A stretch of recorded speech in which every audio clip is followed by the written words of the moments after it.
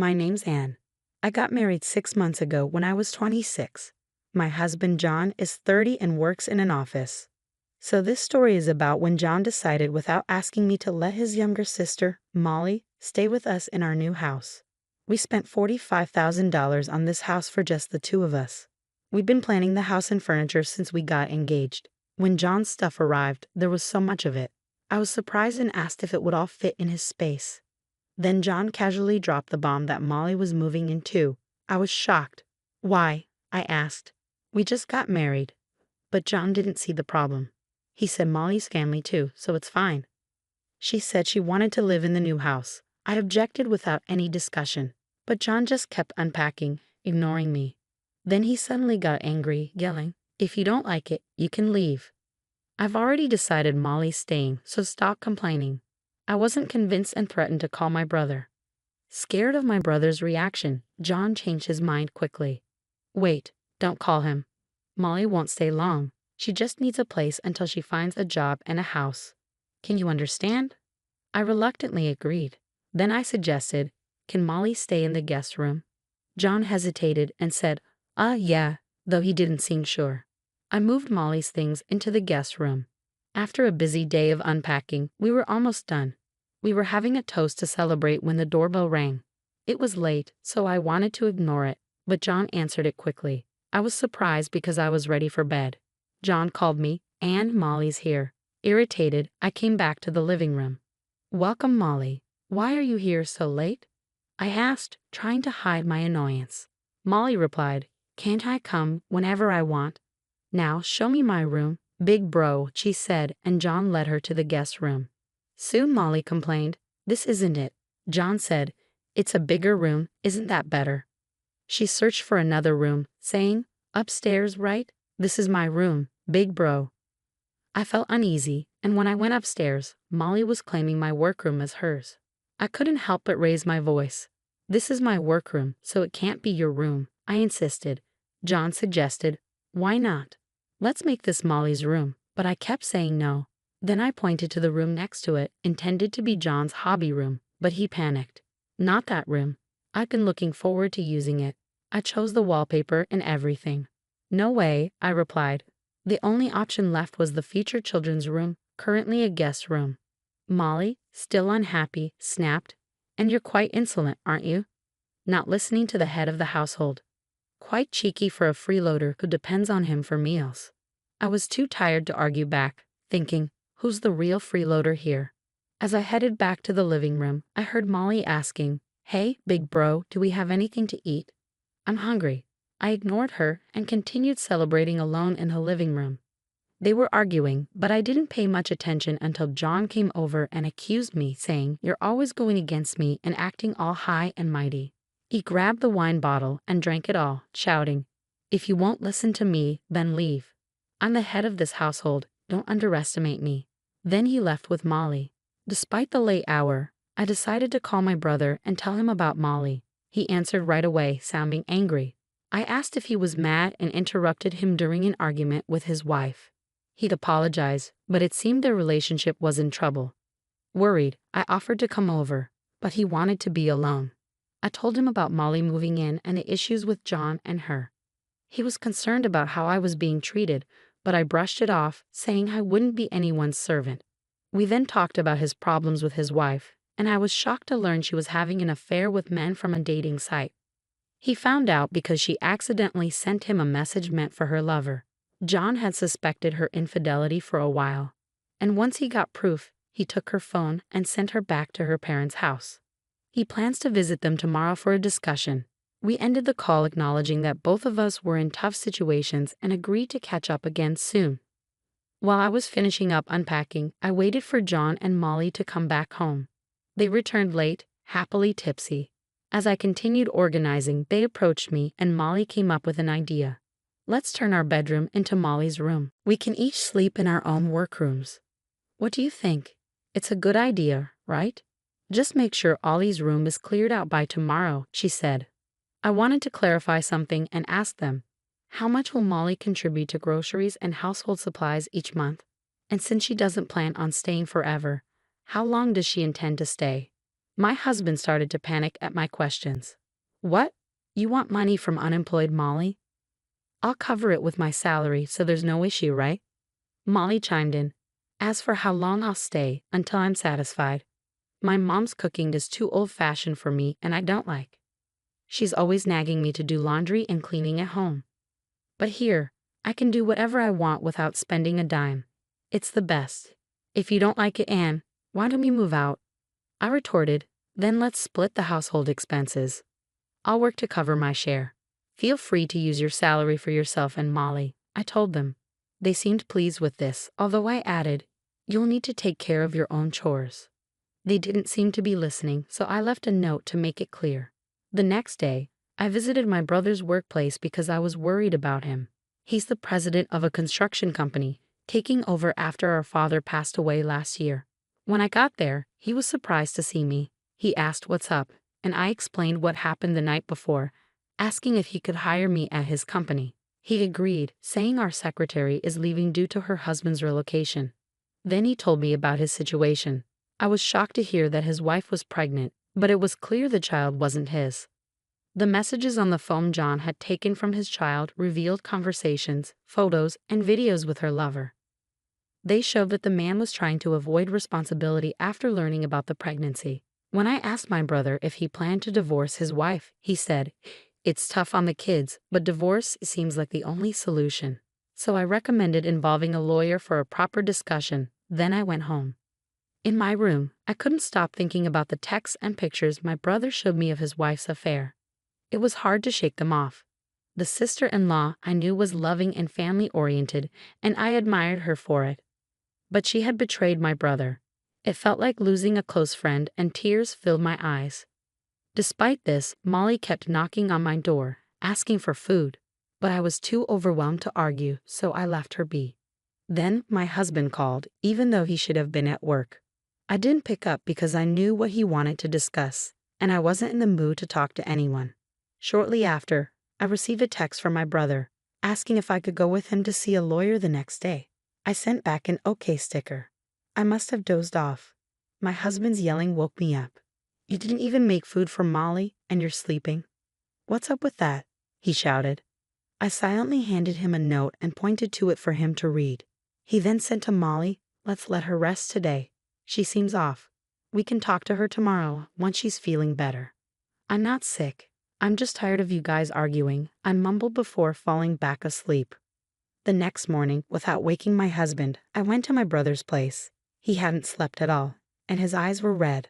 I made breakfast for the kids and drove them to kindergarten. They mentioned, Mommy and Daddy fought and Mommy left. Mommy was the bad one. She left us alone at home, and we cried. Daddy got mad. They seemed to think it might be better without their mom since she got angry easily. I reassured them, if you feel lonely, call Auntie, okay? They cheered up, saying they might get lonely today. They didn't seem too sad about their mom not being there. After dropping the kids off, I went to the lawyer's office with my brother. The lawyer informed us that there was substantial evidence from pictures, videos, messages, and recorded conversations on my sister-in-law's phone. My brother's main aim was to divorce while retaining parental rights. After he shared his story, I got some advice about my own situation with my husband before my brother dropped me off at home. He was planning to gather the family and break the news about the divorce. If anything happens, don't hesitate to call. We'll all be there for you, he said somewhat ominously before leaving. When I walked into the living room, the house was a mess. It seemed like they had attempted to make breakfast, with greasy surfaces in the kitchen and dishes left on the table. I sighed at the sight. As I debated whether to clean up, Molly appeared. Where did you go without making breakfast? John didn't eat anything and left for work. Isn't it your duty as a wife to take care of household chores? She accused me. I retorted, I'm not your maid. Weren't you taught to clean up after yourself since you were a child? Ignoring her insistence that you're the wife, I walked away and headed to my room. When I returned to my room, I found that Molly's belongings had taken over. Confused, I asked her, did you go into my room? Your stuff is in there. What's going on? She replied, I've always loved your room. It suits my neat and cute style perfectly, don't you think?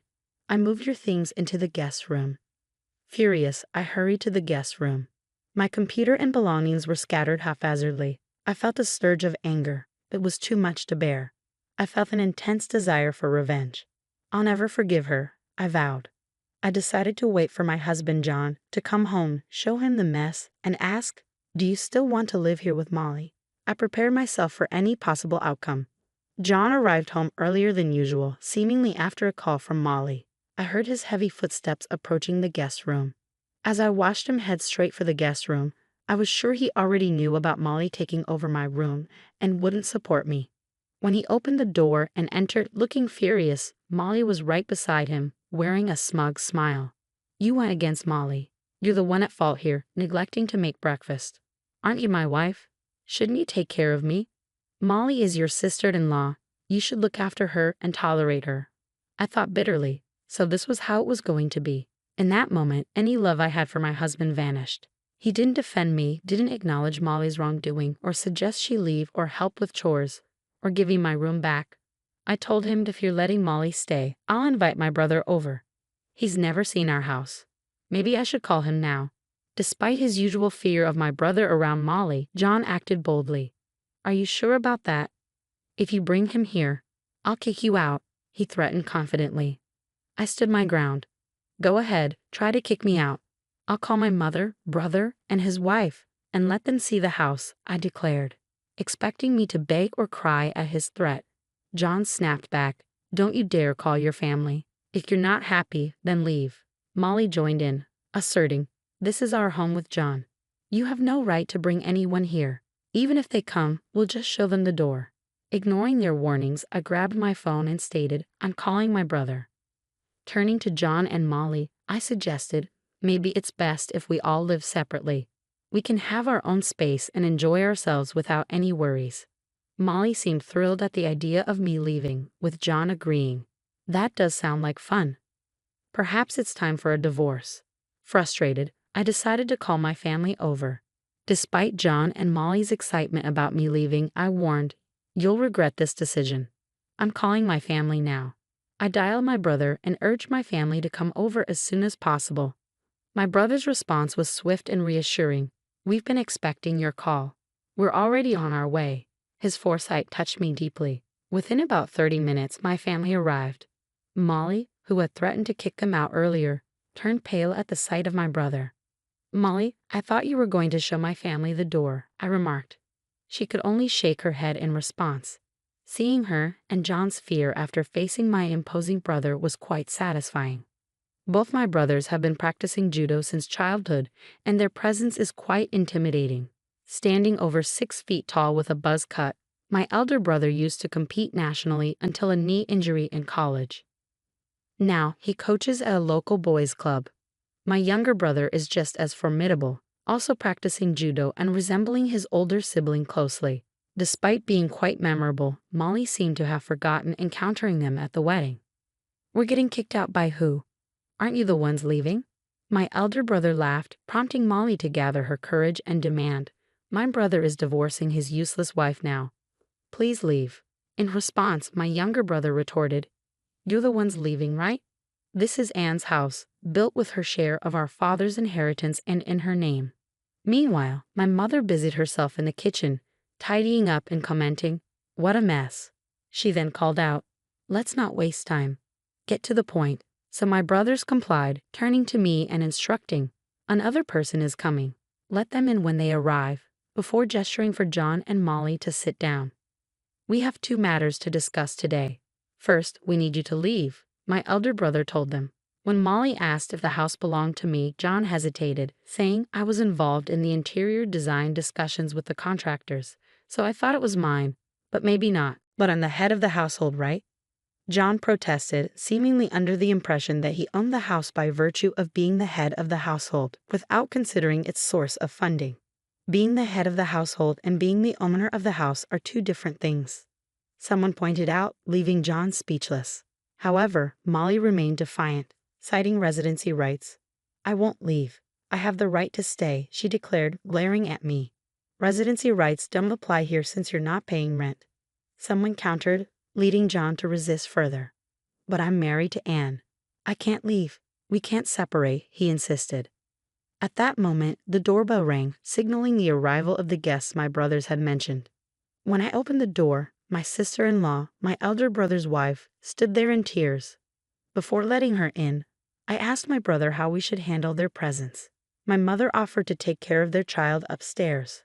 After settling my mother and welcoming my sister-in-law inside, John was shocked to see her. "How did you find out where we live?" he stammered, acting suspiciously. My elder brother intervened, reminding John of their second matter to discuss. John's face drained of color. "What? She's—" It seemed he was unaware of her identity as my brother's wife. Realizing his mistake, he attempted to flee but was frozen in place. "Seems like my wife is pregnant with your child. Did you two plan this?" my brother accused, slamming evidence of the affair onto the table. "Well, what's your next move?" "For me, it's divorce, nothing less," he declared. Fearing the consequences, Molly attempted to retreat upstairs. My younger brother wasted no time in instructing Molly. "We've got a truck loaded with boxes. Start packing your things right now." He then left to fetch the boxes himself. Molly, taken aback, asked, "Am I leaving today?" Upon receiving a stern glare from my brother, she seemed to relent. Meanwhile, my elder brother turned to his wife, commanding, "My wife and John can sort this out first. Sign the divorce papers." He handed her the papers and a pen. Although she hesitated upon seeing that custody was assigned to him instead of her, he dismissed her concerns, stating, "That's what the kids want. Your opinion doesn't matter." With tears in her eyes, she signed the papers. Moved by the scene, I saw the tears welling up in my brother's eyes, realizing the emotional toll it had taken on him. Then it was my turn to decide. "Anne, what are you going to do?" my brother asked. Without hesitation, I declared, "I choose divorce too. I want him out of my house as soon as possible." My husband dropped to his knees, begging for forgiveness. "Please, I don't want a divorce. It might not even be my child," he pleaded. However, when my brother revealed that he had undergone surgery to prevent further children, my husband was left speechless. My brother handed me blank divorce papers. "If you want him out right away, why don't you have him sign?" he suggested. Reluctantly, I instructed my husband to sign, which he did. I then presented him with 2 pledge documents prepared by my lawyer. One was for him and the other for Molly, pledging to pay for the damages they caused to the house, totaling roughly $30,000. Additionally, the documents stated that they were never to enter my house again in the future. John glanced at my brother and me, perhaps intending to voice a complaint, but a stern glare from my brother silenced him, and he reluctantly signed the pledge document. His shoulders slumped as he made a feeble attempt to head upstairs to gather his belongings for the move. However, my brother intervened, producing a marriage license. "I got this for you too," he announced, handing it to his wife. Without hesitation, she signed it and urged John to do the same. "You've made a mess of my life, and you can't escape responsibility," she declared with a determined look. John, overwhelmed and tearful, complied, muttering, "Just do whatever you want." Finally, my brother demanded, "You have nothing to say unless I ask, right? Don't you owe me an apology?" John, almost prostrating himself, apologized profusely to my brother. With that settled, we hurriedly packed John's and Molly's belongings into boxes and loaded them onto the awaiting truck, destined for their parents' house. And just like that, my brief married life came to an end. As I contemplated living alone in the now empty house, my mother offered to sell her own house and move in with my younger brother, while my elder brother planned to do the same with his 3 children. It seemed that we were all embarking on a new chapter, albeit in different configurations. My mother and brother have decided to purchase the house from me using the proceeds from selling their own homes. They keep suggesting, "Why not build a new house when we get married again?" But I insist, I'm content with an apartment. We fulfilled the kids' dream of owning a dog, bringing laughter and joy into our lives despite the lingering memories of this house. Meanwhile, my ex-husband reportedly remarried my former sister-in-law 6 months later and now resides with her at his parents' house.